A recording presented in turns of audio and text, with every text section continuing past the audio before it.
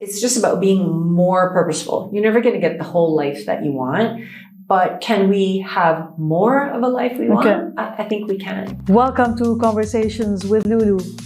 We have a very special guest with us today, Dr. Louise Lambert, who's here to talk to us about a topic that is very close to my heart, and that's positive psychology. Dr. Louise is not only a licensed psychologist, she is also a published author and the editor of the Middle East Journal of Positive Psychology. She also hosts her own podcast, the Global Wellbeing Initiative.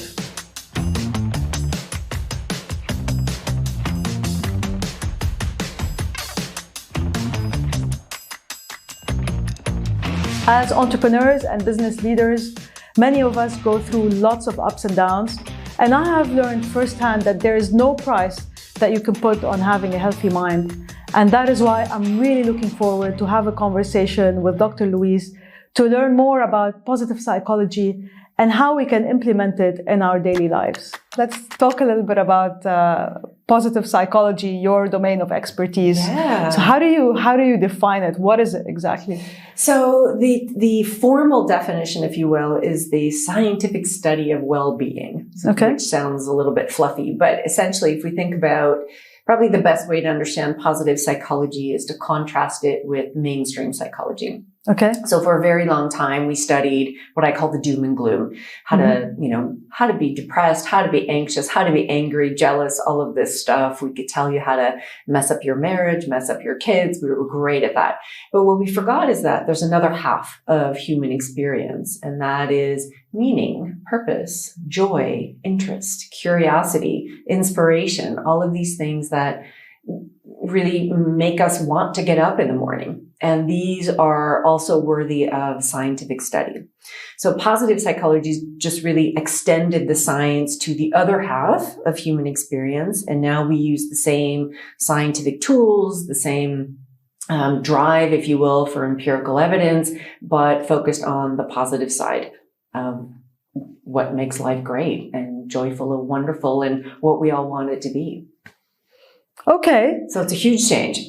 So do you see clients for that, or do you practice it, or? So I am a psychologist from Canada. I trained as a doom and gloom psychologist initially, and then I moved into positive psychology. Now in the UAE, I teach. I do a lot of research, but I also do training in organizations and schools, all largely around positive psych. So teaching people, there's a number of different strategies that we know work. We've tested them worldwide, including here in the Middle East. And these can be packaged into strategies and tools to help people improve quality of life and life satisfaction. Okay.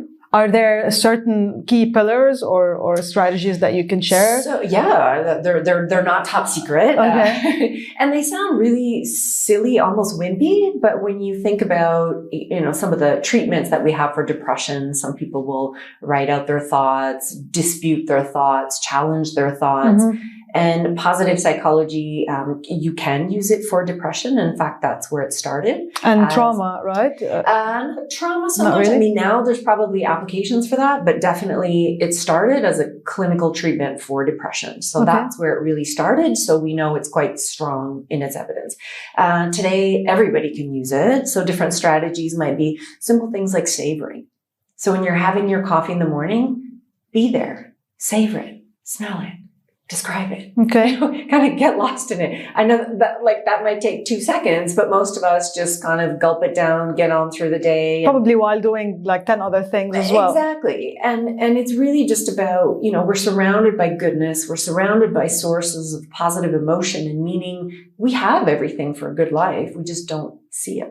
So some of it is training ourselves to see, to notice, to appreciate, to extend positive emotions. There's also different strategies, some that are called capitalization. So how we respond to other people. So we can also increase the quality of our relationships through a lot of these strategies. Some of them have to do with thinking about meaning, purpose, and values, why we do what we do, aligning that with our activities. So we feel a bit more congruent. We feel a little bit more like our values match our lifestyle. Okay. That's important. Other things also thinking about character. Who are you? Right? So some people really focus on integrity, persistence, being dependable, being reliable. Other people might be more curious, more helpful. So when we know what we're good at, it's really identifying your strengths. And when we can live those truths, again, across our life activities, we tend to be happier. So there's a whole range of different activities like that. And again, they've been empirically validated, with kids, with adults, with elderly, across a range of different cultures and populations. And we know that they work. And they work over time as well. I think that's the other important piece. So lots of things we do make us feel good. It might last a minute. Yeah. Buying a pair of shoes. Woohoo. You hit the parking lot. The joy is gone. So many of these strategies also look at how do we extend these states of happiness over time as well. Is that mindfulness, or is it a different concept? So mindfulness can be part of that. So there's probably about 60 different interventions within the field of positive psychology. So mindfulness sort of started under a different tradition. It's since been adopted into that. Okay. So that is one of them.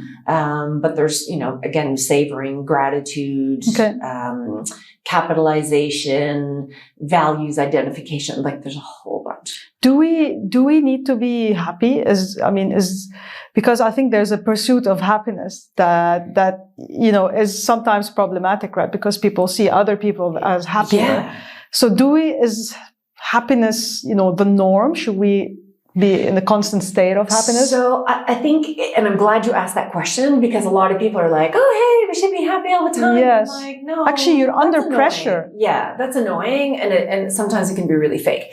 So we need to be careful that we're not pursuing it directly. So happiness, if you pursue it too much, and we have studies showing this, actually makes people unhappy. Okay. But also, again, you talked about social media. We see all these happy people, and it's like, hey, look at my latte this morning. Yes. And I think, even the latte is perfect. Even the latte is happy, exactly. And that does make people unhappy. So I think we need to be sort of mindful. I hate the word happiness. I use it because it's the word people understand. But what we should be using is maybe just living a good life, a life that fits for you, a life that is meaningful, a life that is interesting, a life that is nice to live, a life that is loving. And that's really, in the range of all these emotions and all the range of all these strategies, you pick the definition that fits for you. So I think to put happiness as the goal puts a lot of pressure on people, but also, no, you shouldn't be happy all the time.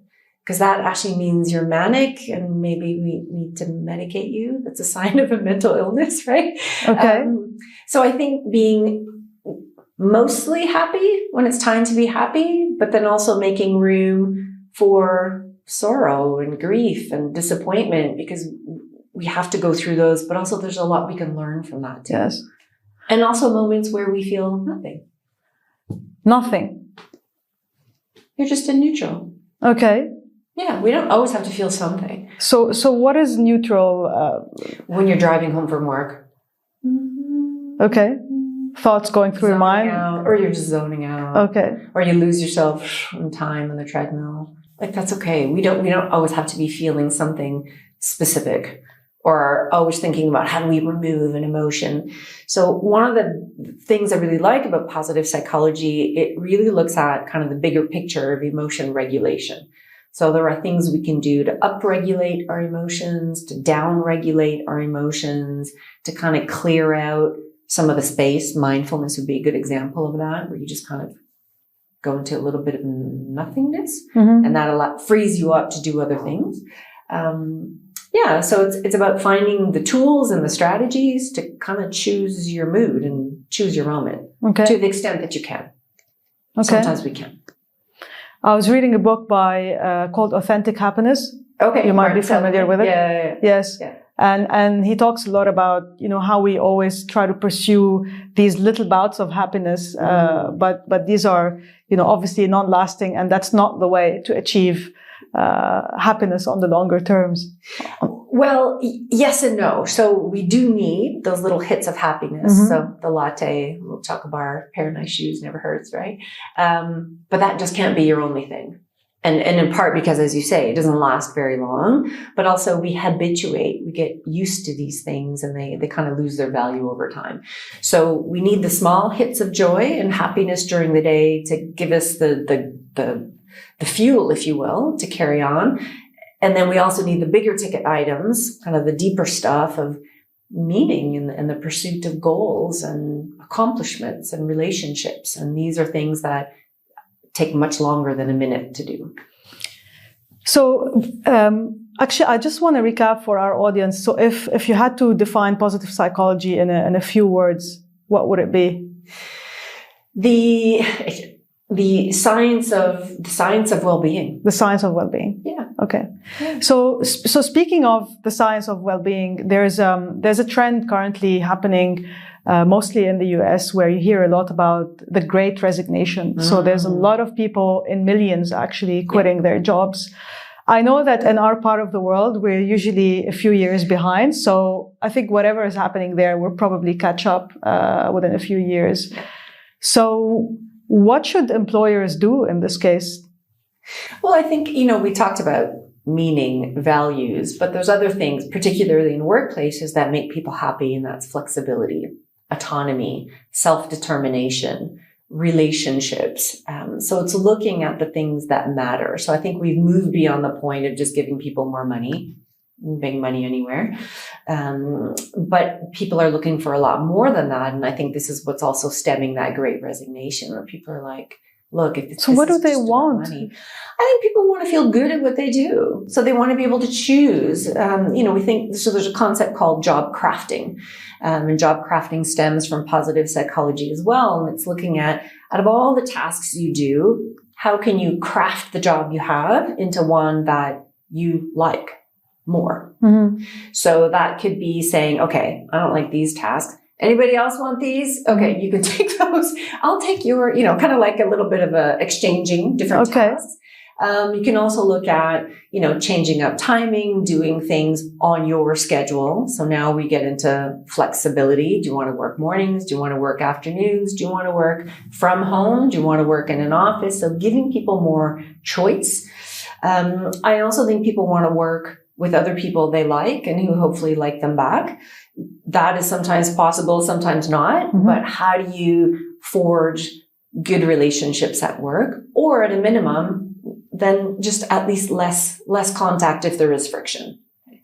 This we can do maybe not by the forced pizza parties that we sometimes see, yes, but by giving people, meaningful projects to work on, or trying to align, you two kind of have the same interest. How about you think of, taking on this project or yes, that project, aligning people maybe a little bit more alongside their strengths or compatible strengths. So you're not putting everybody with the same strengths in one team and they start to compete, but maybe complementary strengths where they can work together and you're not a threat, I'm not a threat, but somehow we manage to create something beautiful. Mm-hmm. So I think these are kind of some of the deeper issues that people are looking at. I also think during COVID, we had this wonderful luxury to stay at home. Yes. Our quality of life went up for a lot of people, and now organizations want us to come back. Mm-hmm. And it's like, I don't think I want to give that up. And that's mostly why a lot of people are resigning, actually. Yeah, right? Once you've had a taste of that, yes, why would you want to go back to your office? Mm-hmm. So I get it. So organizations will need to think of a way of how do you bring that same freedom and quality of life into work so that people don't have to leave work to get it, mm-hmm, or quit your organization to make that happen. I love that. So how do you make it that they have a great life within the organization so that they don't have to seek that great life outside? Yeah. Do you work with employers, right, here in the UAE? Do you find them receptive to things like that? Because it's one thing to tell people, find something that you love, do something that, you're passionate about, etc. But also the reality is that, a lot of companies are not as receptive. And in some companies you can't. Somebody needs to be at the front desk. Mm. So is there maybe, because companies care about their bottom line, right? So they want to make money at the end of the day. As they should, yeah. Is there something that, you could tell companies or employers when, about the benefits of introducing flexibility and some of these other benefits to employees? I think it would increase a lot of loyalty. So if you can strike that balance, and it's going to look different in every organization. Again, somebody has to be at the front desk. But there's other tasks that can be done perfectly well from the living room. So in those cases, it's really maybe going through role by role, even task by task, thinking about what can be done elsewhere. But also, does the person want to? Not everybody also wants to stay at home. I'm thinking of moms with kids, and they're like, please, can I come back? Yeah. Right? So it's really having single people actually as well. Yeah, or not. I don't know. So it's really about, having those conversations with managers and saying, what can we do to keep you here? What was great about COVID for you? What was not so great about COVID for you? Or forget COVID, going forward, how can we make this better for you? And really having those conversations and being open to some of those answers. Some things can be done, some things can't, but I think simply asking the question. So I see a lot of organizations, and I get it. You've got a lot of real estate. Somebody has to occupy the building. And maybe, that is the way it needs to be done for the moment, but over time, people will vote with their feet, so to speak. So I think, we need to be mindful of people's experiences at work matter, and those experiences matter to them.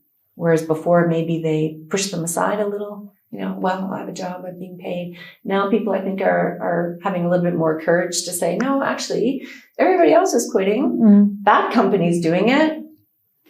Why can't you? They're demanding a lot more. So I think we're kind of in this exciting work transformation, even here. And as you say, it might catch up, take a little while. But I think some of the bigger companies are starting to have those conversations and will be able to make some of those adjustments. I think a lot of companies, they kind of say, well, we need people to be back because of these impromptu water cooler conversations, the culture and all of that. I don't think it's about real estate. I think it's more about trust.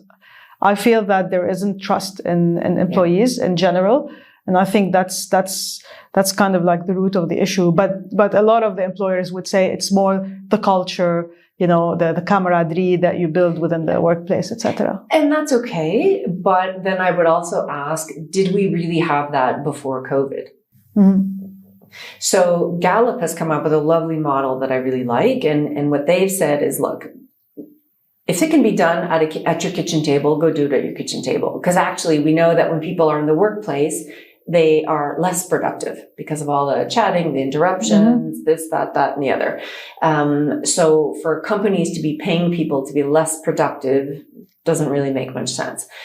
On the other hand, bring people in, but bring them in for a reason. So maybe everybody needs to be in the office on a Wednesday, but on a Wednesday, no, you actually don't have a desk, and no, you're not doing desk work, but Wednesdays are specifically for group projects, meetings that we must have, and that cannot be an email, for these thinking sessions, creativity and innovative, processes, but things that can only be done in groups. So then now you've given me a reason to come here. Yes. I don't want to do that on Zoom. So not to come there, open my laptop and do presentations. This is silly, right? Yes. And I've seen people, they're on a Zoom meeting and they're like, yeah, Bob's over there and Jane's over there in our offices on a Zoom meeting. This is ridiculous. Yes, right? That's true. So I think there's other ways to do things. And it's just kind of to look at this, like what is it we're paying you for? Can that be done elsewhere and better? Then why are we paying you to come here? And what is your advice to the individual in that case? So, they're in a job, COVID happened, now they're asked to be back, or probably they're back already. I think a lot of people are back in the office. Yeah. So maybe what is something that they need to be asking themselves, maybe? Well, I think asking themselves, but also having conversations with their managers and saying, look, this is what I actually do during the day. When I'm here, this is what that looks like. When I'm at home, this is what it looks like. What would you prefer?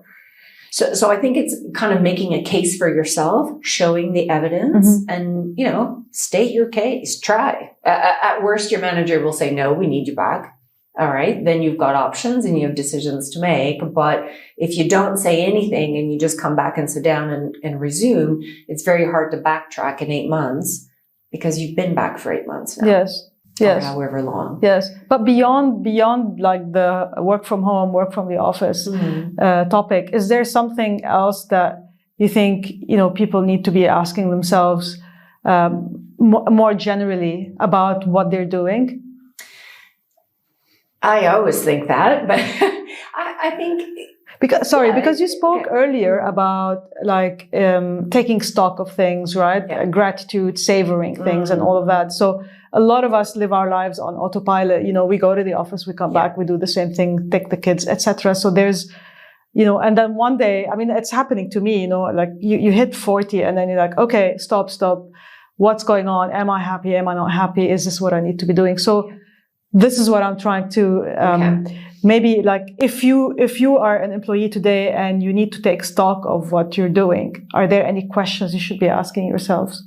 Well, I think that's the question you've asked yourself. Okay. I'm 47. I'm also asking myself that question, is this really what I want? So there's a great strategy. It's Japanese. And it falls under that positive psychology intervention.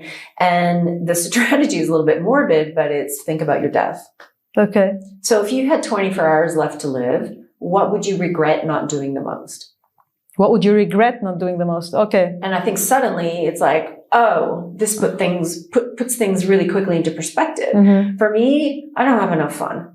Like I work. I enjoy what I do. I do get satisfaction out of that, but I could spend more afternoons at the beach.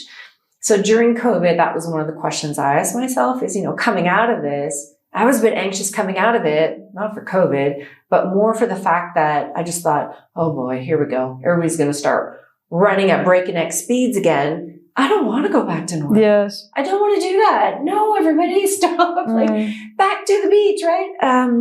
So I think it's really about taking control over things and going, look, life is short.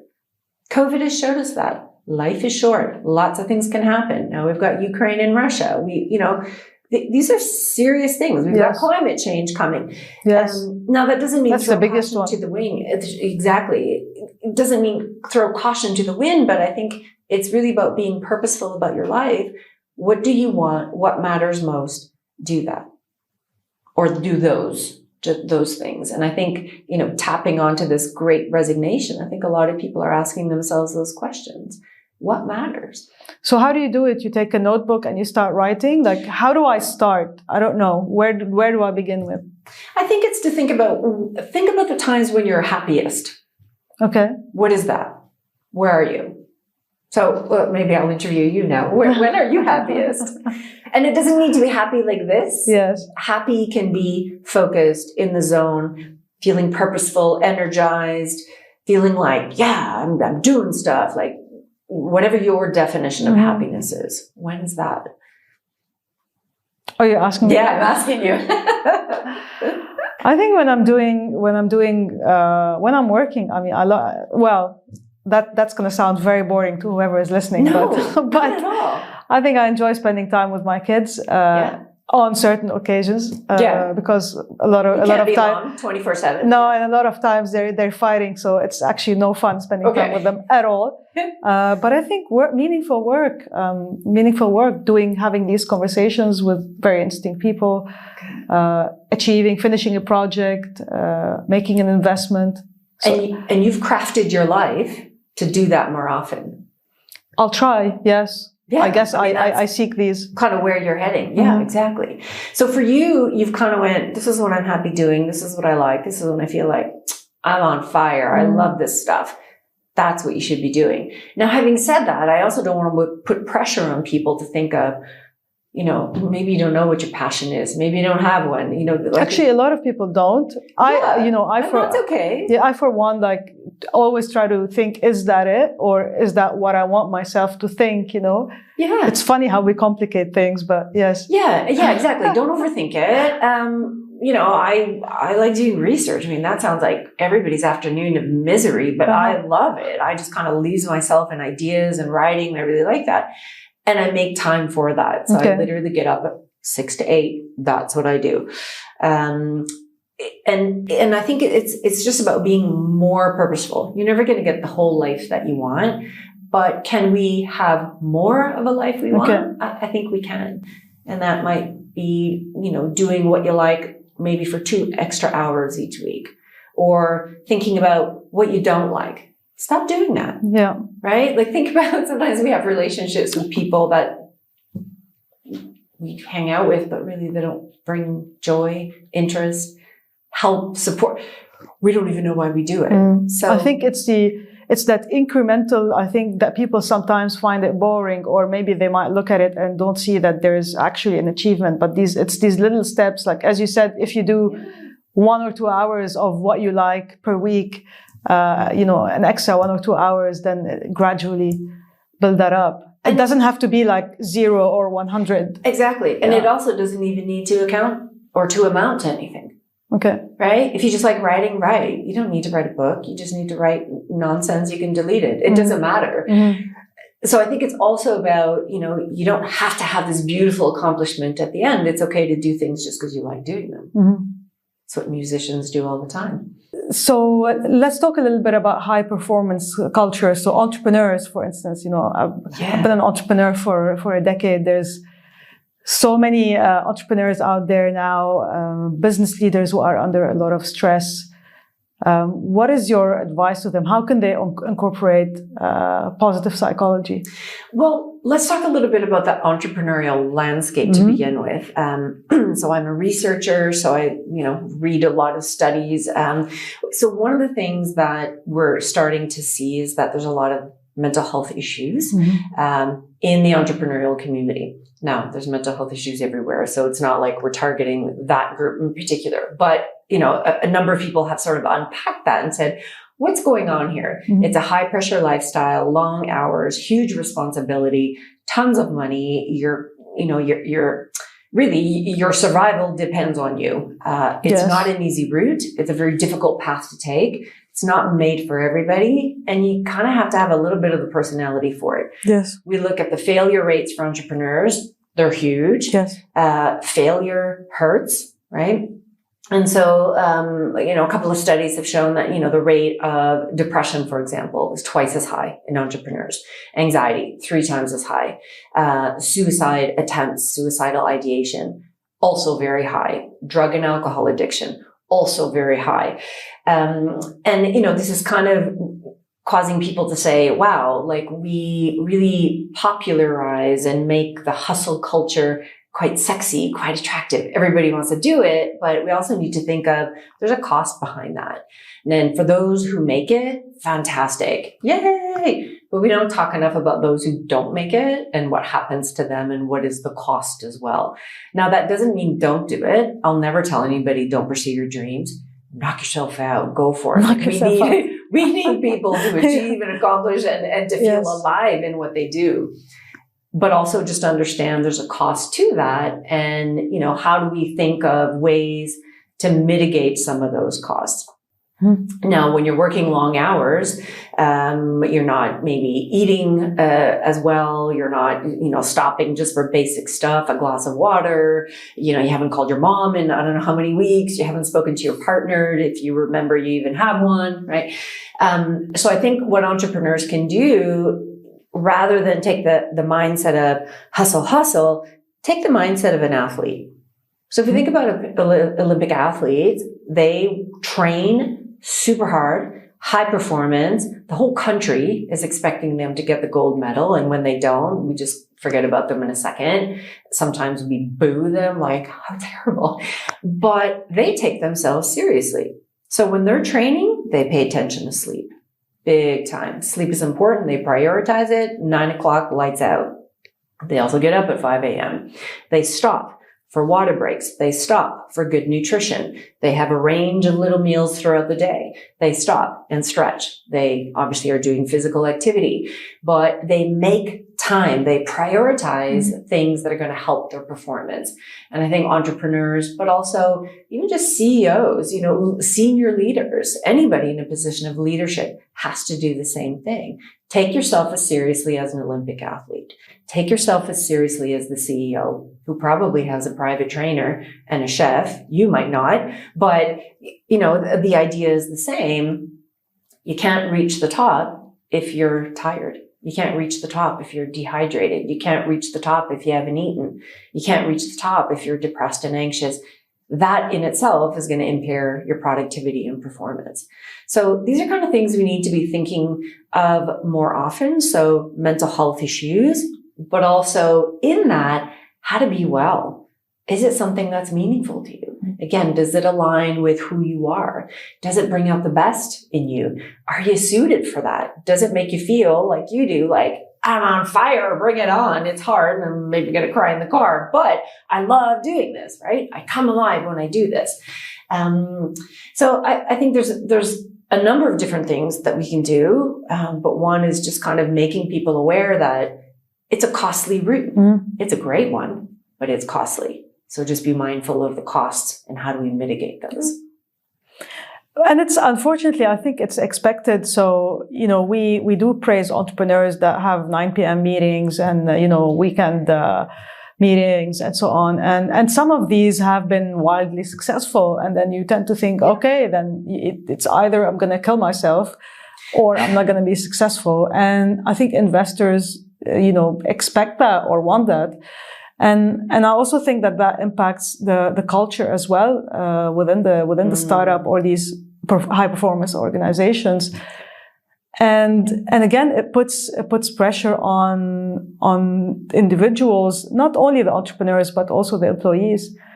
So I was recently, talking to some startup founders and, they were having late meetings, on a daily basis. And I said, if I want to help you, and work with you, I can't do this.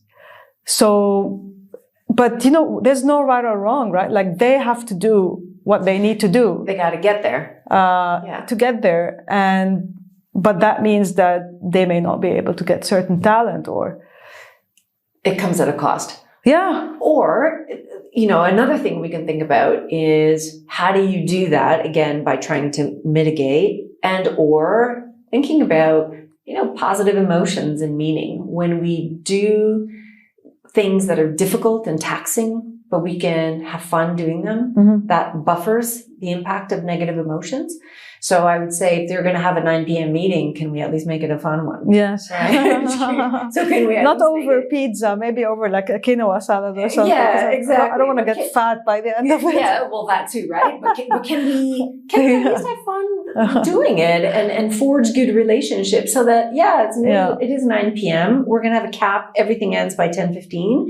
But we need to enjoy this. But there is that burnout. There is, I've experienced it. I haven't been a wildly successful entrepreneur, nowhere near. You have. But still, even within my little startup, I had working weekends, I missed out on holidays and so on. And mind you, again, I wanted to do that and it wasn't, it was part of what I wanted to do. But again, it does contribute to burnout. Yeah. And it's not that you shouldn't do it. Like that is what it demands. So again, if you're going to be an Olympic athlete, you will be training for 10 hours a day. That's what it requires. But it's just to know that, again, if we think about an Olympic athlete, their career only lasts a couple of years. Yes. Because you can only sustain that for so long. Yes. Whereas if you're going to do that as an entrepreneur, understand that there's a cost to that. You can do it and enjoy it, but you have to mitigate that somehow because your career it may end sooner than you want for other reasons. And you mentioned failure as a reason for high levels of depression, especially amongst entrepreneurs. So how do you deal with like failure? Is there again special tips or advice that you can share? I think failure just sucks all the way around. It just sucks. Yes, I agree. It just sucks all the way around. But I think this is where also social support's important. The issue with I shouldn't say the issue with entrepreneurs, I should say the issue with the social support of entrepreneurs is that sometimes that support will say, just quit. It's fine. Look what it's doing to you, right? And the entrepreneur's like, why are you killing my dream? I want to see it through. What support should be doing is saying, do you need me to do your laundry? Do you want me to pick up your kids? How can I help you succeed at your dream? How can I help you mitigate that stress and not, help you disconnect from the dream? Like that's kind of like soul destroying.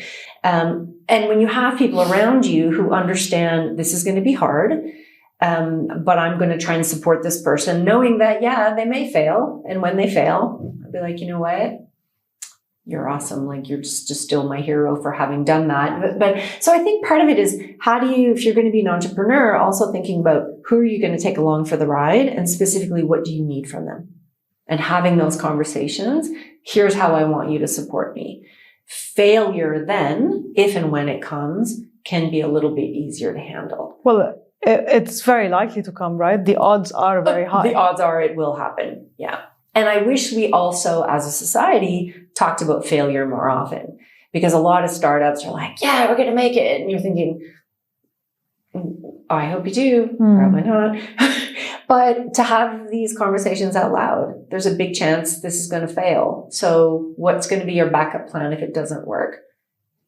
And putting the failure on the table, having that plan B for it already so that people understand that that may happen. I'm going to give it my best. Like we're going to go with plan A as long as we can. But if plan B happens, it's not the end of the world. I've also prepared for that. And it's not a personal failure. It's just, this is how it goes. I think that's what it is, because people, how they always say entrepreneurs have their, their companies become their babies. So it does look like a personal failure. Yeah. And it's not. And it's tough. The odds are it probably isn't going to work. And it's not about you. Yeah. So talent, a big part of, successful companies, successful startups. We often talk in this region about the inability of schools and universities to prepare people to become great employees, whatever that may be, the definition of that. But you always hear that they don't have the right skills. And I've experienced that a little bit firsthand when I had Nabish, because Nabish was a freelance marketplace, and the people that we wanted on the platform were, students, for example, that wanted to get like a gig and get some work experience. And I did see it that really they do miss the kind of interpersonal skills to be able to price their services, talk to clients, manage expectations, etc. So I know you've done some work on that. So can you maybe talk to us a little bit about schools and universities? Yeah.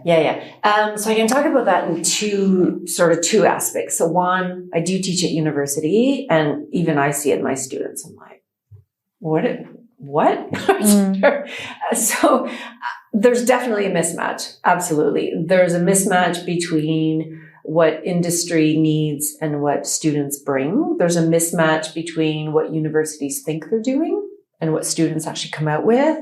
And there's also a mismatch between what parents want for their kids and how they think that is happening. So none of this is lining up. Okay, so maybe I'll start by telling you about some of the research I'm doing, and then we can sort of broaden that out. So one of the studies I'm working on right now with a co-author from Spain is looking at the PISA data. So PISA is an international achievement test that is done around the world with 15-year-olds.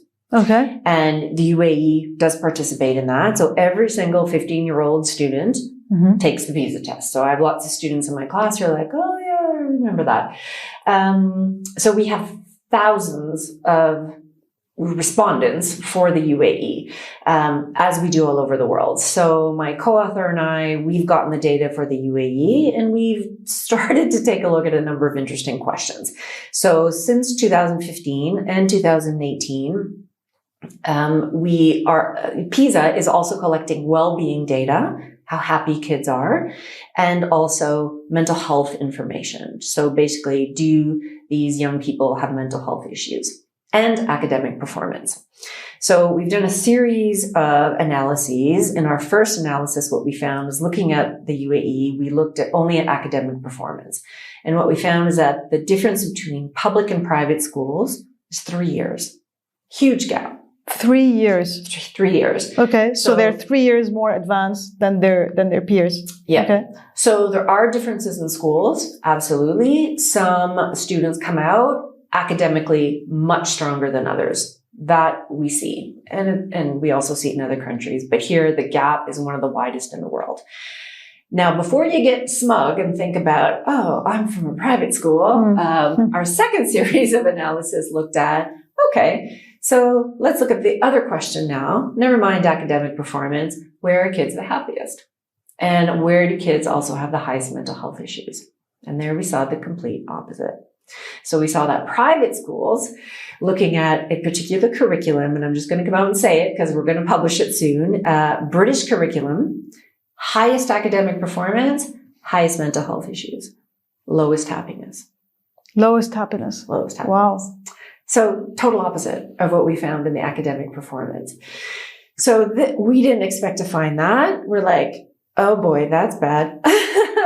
And it's sort of, caused us to go, wow, what is this about? Like, how do we explain this? We started looking through the research and literature around high performance schools. And this is increasingly being talked about more and more. High performing schools are high performing, but there's cost to that. So they're kind of like little entrepreneurial incubators, same thing. People do really well academically and burn out. Wow. So kids are depressed, kids are anxious, kids are coping less well in these high-performing schools, and they're less happy. So again, we come back to positive psychology. That is scary, to hear. Living.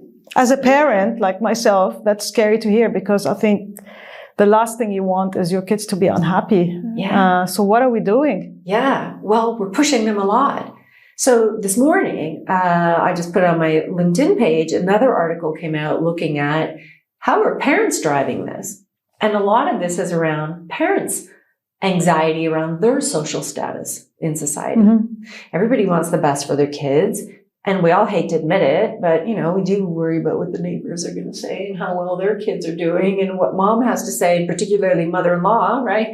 And nobody wants to feel like a failed parent. And parents aren't doing it to push their kids. They're doing it because they love their kids. They want their kids to have great outcomes.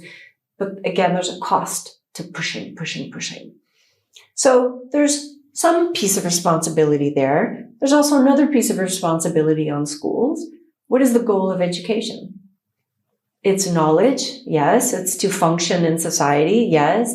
It's also to live a good life and to be happy and to contribute to society and to have good relationships and to be a responsible citizen and to follow the law and all of these other things. And I think we lose sight of that sometimes. Schools are also to prepare students and young people for work. So sometimes, and there's lots of studies that have shown this as well, B students are more successful than A students in certain industries. In life, in many industries. And it's not that it's wrong to get an A.